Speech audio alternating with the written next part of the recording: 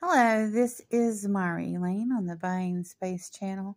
I'm continuing my spa morning, and I've put on the hydrating socks. And I did the facial mask, and I said I was going to watch a video by Ella. I will link it in the first part of this two-part series. I'll link the video that I watched while I had the mask on.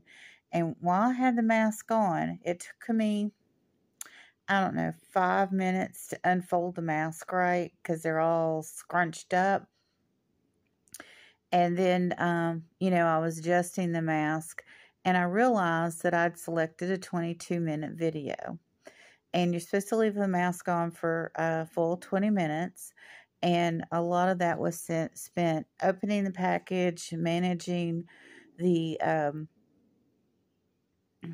moving it around.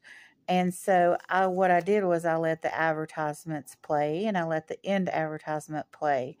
But also realized that this was taking 27 to 30 minutes. So what I did was I went ahead and put on the gloves. You can see my hands are a little red. That'll calm down a little bit.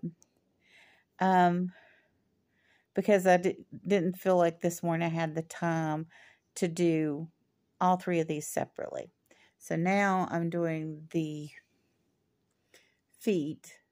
Oh, and also when I put on the gloves, some of the I already had the facial mask on. I didn't have my glasses on, so I wasn't able to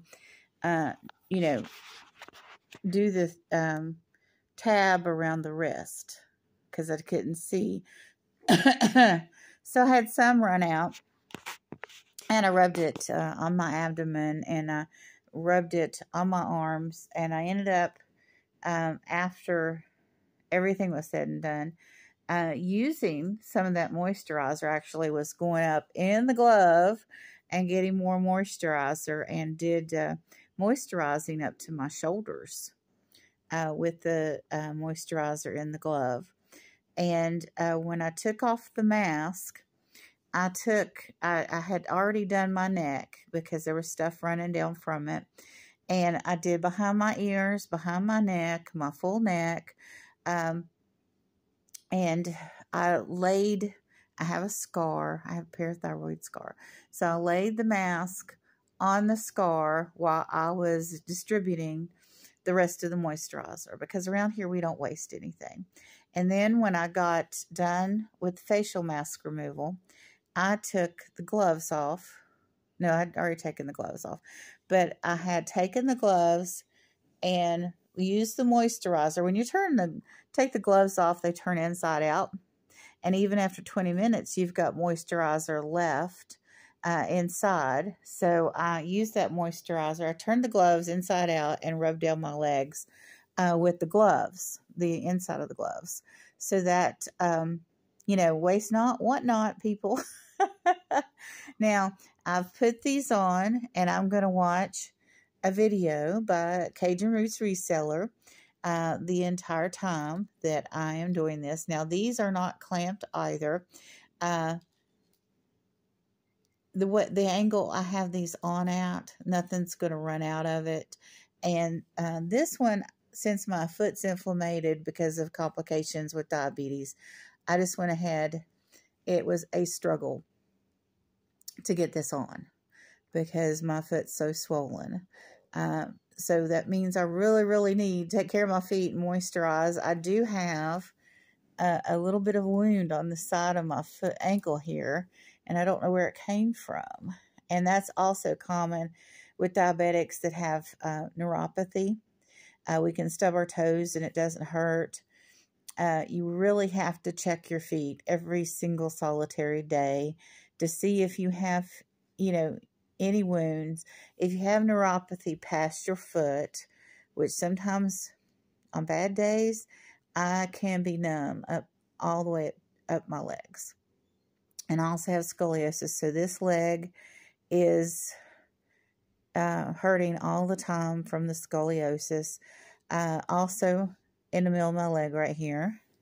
And sometimes in the middle of the leg over here, my shin feels like it's going to break. And what's weird about it is I'm not delusional.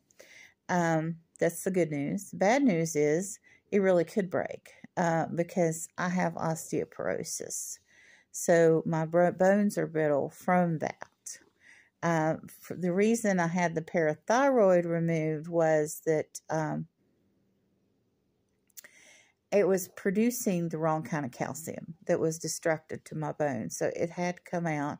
I had known about it for over a decade, but I kept it in because that wrong kind of calcium, that calcium that was being generated by my bad parathyroid not filtering, or not generated, not filtered out by the bad parathyroid, was also giving me extra calcium that was preventing rectal polyps from forming, and I'd had rectal cancer, or any polyps in my large intestine at all. But my specific cancer that I had, let me see how many years ago it's been. I'm a cancer survivor. I no longer have cancer. Anyway, I'll do the math later.